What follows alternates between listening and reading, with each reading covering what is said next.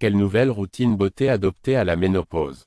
Avec son lot de bouleversements hormonaux, la ménopause vient modifier la texture de la peau et des cheveux. Comment avoir une belle peau à la ménopause? Quelle nouvelle routine beauté adopter? Pas de panique, nos experts vous disent tout sur les stratégies à suivre pour passer cette phase en beauté. La ménopause est un processus naturel, qui se manifeste à 51 ans en moyenne, marquant une nouvelle étape de la vie et un nouveau rapport au corps et à la féminité. Cette transition démarre avec la périménopause, qui se caractérise par des cycles menstruels irréguliers et peut s'accompagner d'impacts physiques comme les bouffées de chaleur, le vieillissement cutané ou la prise de poids. Puis arrive la post-ménopause, durant laquelle le corps doit s'habituer à l'état de carence hormonale afin de retrouver un équilibre. Pour l'aider à combattre la sécheresse cutanée, la perte de fermeté et l'affinement des cheveux, c'est le moment d'adopter de nouvelles routines ciblées qui compensent les effets des variations hormonales. Adapter son rituel visage pour lutter contre les boutons et problèmes de peau. Au moment de la ménopause, la chute d'œstrogène accélère le vieillissement de la peau.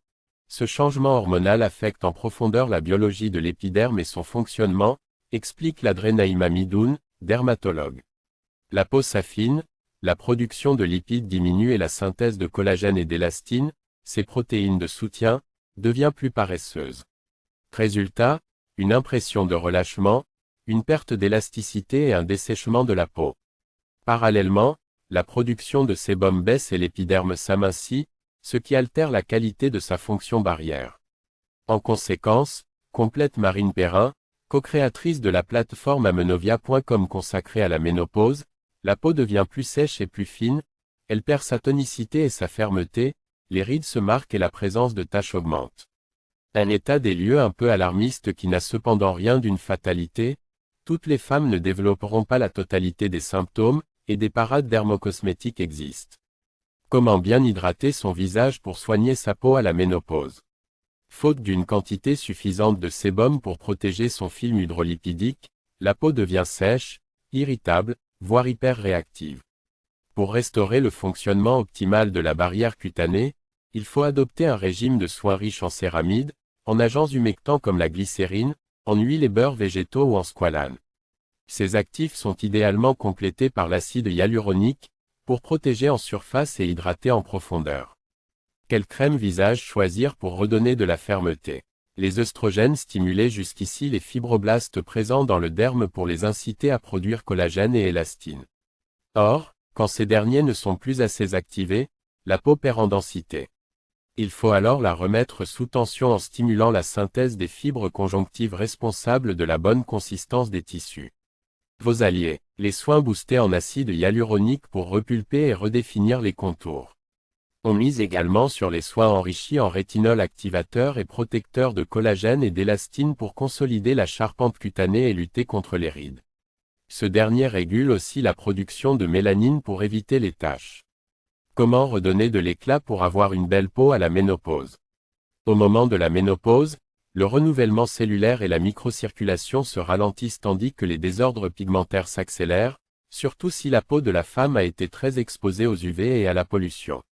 Pour un regain d'éclat et une action uniformisante, petite astuce, prenez de la vitamine C. Cette star de la bonne mine et de l'anti-âge booste la production de collagène, estompe les ridules et renforce l'homogénéité de la peau en jugulant la production anarchique de mélanine, responsable de l'apparition des taches brunes. C'est aussi un antioxydant puissant qui améliore le grain de peau et illumine le teint grâce à son action sur la circulation vasculaire. Pourquoi le corps change à la ménopause? En période de préménopause, la peau subit ses premiers bouleversements, plus fine, elle perd en densité et a tendance à se relâcher. Résultat, certaines zones s'amollissent et la silhouette perd en harmonie, explique Marine Perrin.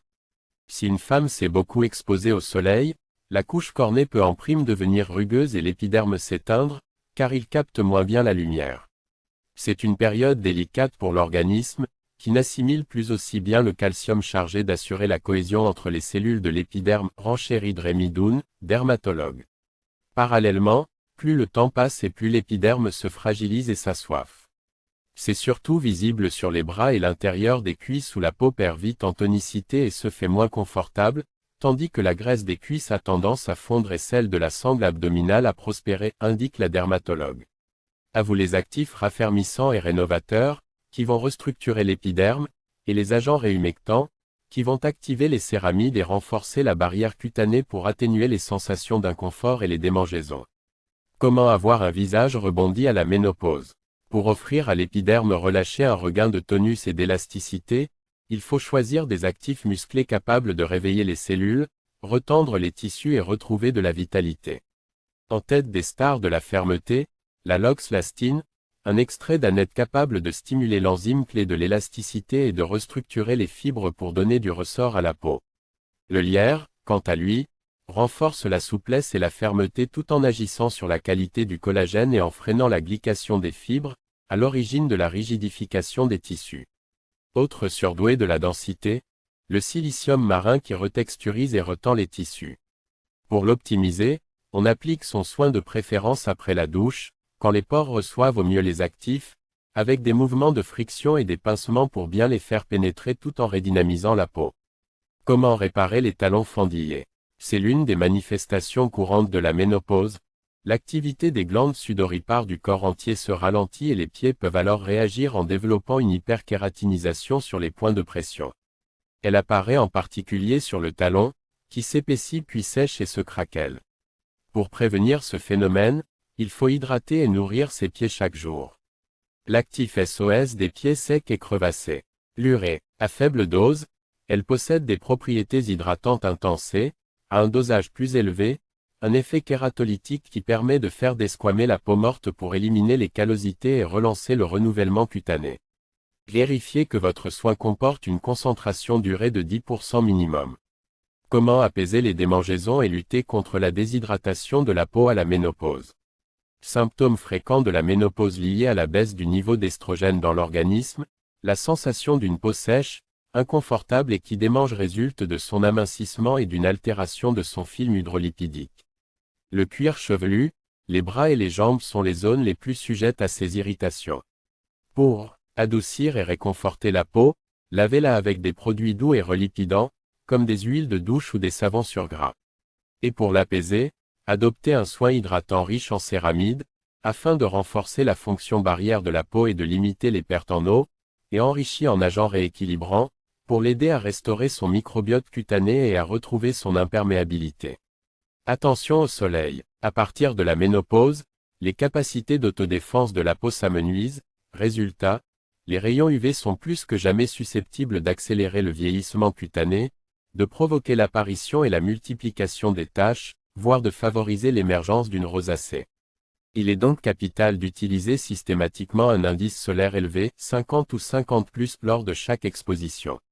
Surtout à la montagne, car les UV sont réverbérés par réflexion lumineuse sur le sol et diffusés en ricochet par les particules présentes dans l'atmosphère. Or, plus l'altitude est élevée, plus le pourcentage d'ultraviolet augmente, et c'est sur la neige que le coefficient de réverbération est le plus fort, 85% contre 20% sur le sable ou 10% sur l'eau.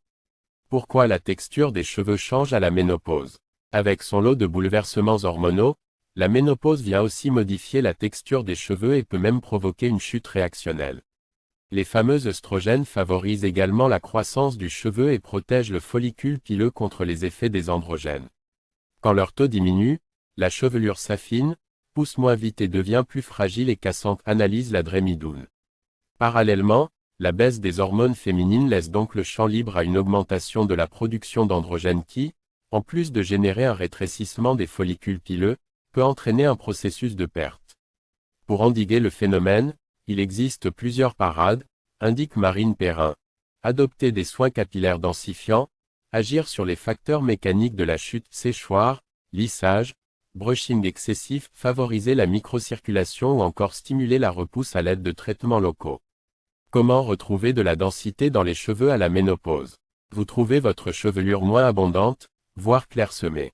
En cause, un relâchement cellulaire qui entraîne la réduction de la production de sébum au niveau du cuir chevelu, un appauvrissement de la kératine, un ralentissement de la microcirculation, et, au final, un affinement de la tige qui perd sa substance et sa capacité à retenir les nutriments. Moins bien irriguée, elle s'assèche et devient en prime plus difficile à discipliner. Pour préserver la beauté des longueurs et conserver un bulbe pileux bien ancré, Passez à l'offensive dès les premiers signes de vieillissement capillaire grâce à des soins intégrant des actifs repulpants, comme l'acide hyaluronique, le collagène ou la kératine, qui densifient la fibre et lui apportent de l'épaisseur. Besoin d'un gainage express. Pulvérisez un voile de shampoing sec à la base des cheveux pour faire office de tuteur. Pratique et vraiment efficace pour regagner du tonus entre deux shampoings. Comment freiner la chute de cheveux à la ménopause? Pour ralentir la fréquence de la chute, misez sur des traitements locaux à base de quinine ou d'aminexile, réputés pour leur capacité à réancrer solidement le bulbe pileux. Vous pouvez également donner un coup de pouce à votre chevelure en lui offrant une cure d'actifs stimulants. À rechercher sur les étiquettes, les vitamines C et E, de puissants antioxydants impliqués dans la préservation du bulbe et l'ancrage du cheveu, et la vitamine B6, indispensable à la production de kératine. Comment activer la croissance des cheveux après la ménopause? Des cheveux forts, c'est d'abord un cuir chevelu sain, avec un bulbe bien irrigué et nourri de manière optimale. Pour cela, une seule méthode.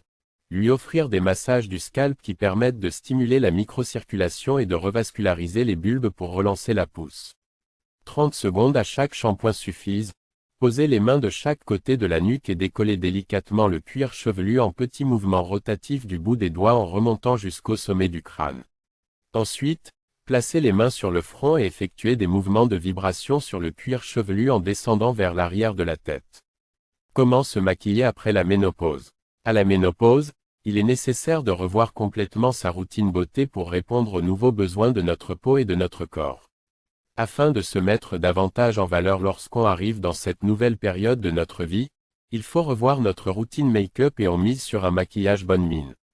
Comment conserver un teint frais et lumineux à la ménopause? Si vous souffrez de bouffées de chaleur qui rendent le fond de teint instable, optez pour une formule qui résiste à l'humidité et essuyez votre peau à l'aide d'un mouchoir avant de poser votre correcteur.